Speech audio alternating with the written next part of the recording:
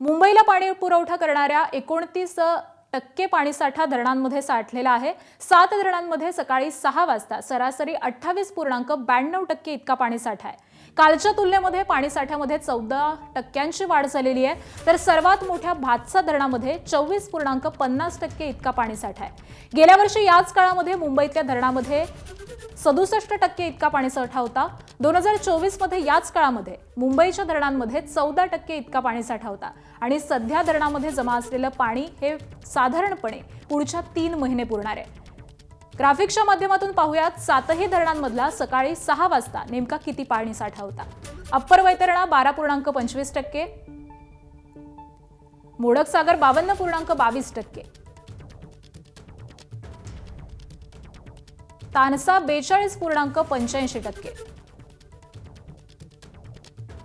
त्याचबरोबर मध्य वैतरणा 26.12%, भातसा 24.50%, विहार 98.98% आणि तुळशी धरण 95.88%। तर सकाळी 6 वाजण्यापर्यंतची ही सगळी आकडेवारी समोर येते आणि याच सगळ्या संदर्भामध्ये आपण अधिक माहिती जाणून घेऊयात आमचे प्रतिनिधी वेदांत नेवी यांच्याकडून। वेदांत, मुंबईकरांसाठी दिलासा देणारी ही बातमी म्हणावी लागेल, कारण आता साधारण पुढच्या 3 महिन्यांची चिंता मिटलेली आहे। वेदांत,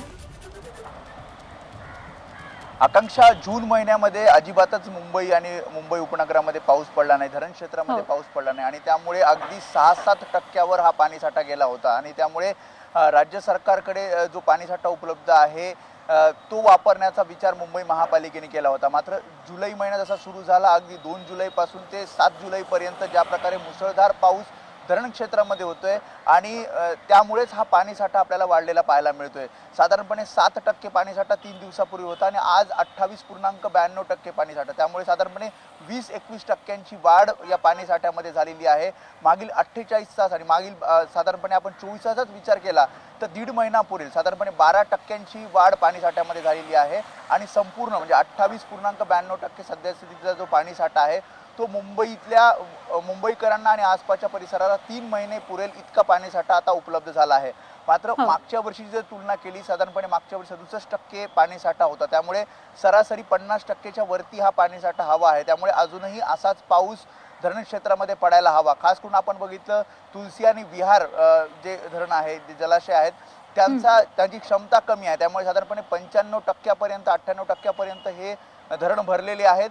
मात्र मोडक सागर असेल किंवा मग अप्पर वैतरणा असेल, त्यांची क्षमता जास्त आहे, ते भरणं अजून बाकी आहे। त्यामुळे असाच पाऊस पडायला हवा धरण क्षेत्रामध्ये, जेणेकरून 50% पेक्षा जास्त पाणीसाठा जर जुलै 15 पर्यंत उपलब्ध झाला तर अर्थातच आपण ऑगस्ट आणि सप्टेंबर पर्यंत 100% पाणीसाठा उपलब्ध होईल आणि मुंबईकरांची जी चिंता आहे पाणीसाठ्या संदर्भातली ती चिंता मिटेल। सध्या अजूनही 15% पाणी कपात आहे, त्यामुळे कदाचित जर सरासरी एवढा पाणीसाठा उपलब्ध झाला तर ही 15% पाणी कपात मागे घेण्याचा निर्णय महापालिका घेईल। नक्कीच, धन्यवाद वेदांत या अपडेटसाठी।